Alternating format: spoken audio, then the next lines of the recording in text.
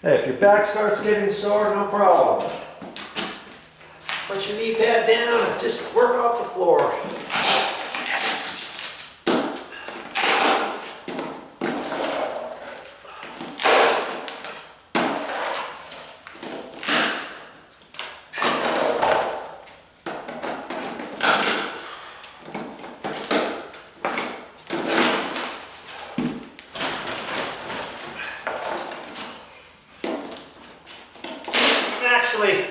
I'm actually resting a little bit right now, just because I'm doing it this way. Yes, of course, I've got my back support brace on, my knee brace on.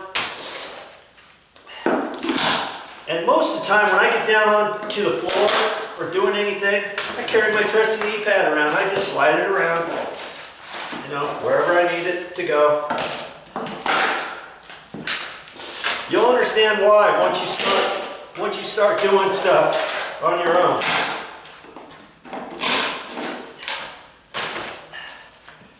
Okay. Here's another thing to think about when you've got the tack strip. Let's say, I mean, obviously I decided to take the tack strip out for a few different reasons that I've told you from before. But now it makes it a lot easier when I sweep off the floor and stuff. I can get right underneath that edge nice and easy with the broom, can't I? But if you decide to leave your tack strip, I would still try to sweep in there the best I could. Then that's when the vacuum comes in with the nice pointy vacuum attachment to get all the different things that are out from underneath that ledge, that lip, you know, down by the floor. Okay, that's if you're leaving your tack strip down. And then even when I get done with this, do I want to be anal enough to run my vacuum with the attachment on there? And I probably will, because I've got a trick.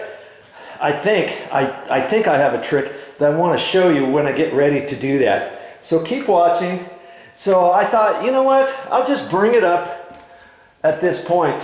If you're gonna save your tack strip and you think your tack strip is okay, or a few of the rooms you've decided to pull the tack strip, and other rooms you've decided not to pull the tack strip out, I'm gonna sweep up all this floor from scraping up all this different stuff off the floor and all that kind of stuff. I don't want to paint over this. I like to keep my job sites nice and clean. When people come in, they don't see all this stuff and think I'm a rag muffin or something. And so I'm going to sweep it all up and make it look acceptable. And then I can kind of check out different areas and see if I need to do anything else to the floor. You know, at this point, I'm not gonna work much more than just sweeping everything up and throwing it away. And then I'll do it once over. You know, like I said before, I'll check for squeaks. I'll check for nails protruding up, different areas where maybe the nails need to be pounded down all the way. Maybe a few places to put screws, obviously, where I find squeaks. And I found one other squeak too that I wouldn't have found had I not been aware of it. And so I'll take care of that too. And I'll show you how to fix squeaks on a floor on another episode. All right, back to work I go. Well, what am I going to talk about next time? What's our next episode going to be about? Or maybe 2 episodes from now or so? Well, I'll talk to you all about my escapades with the plumber.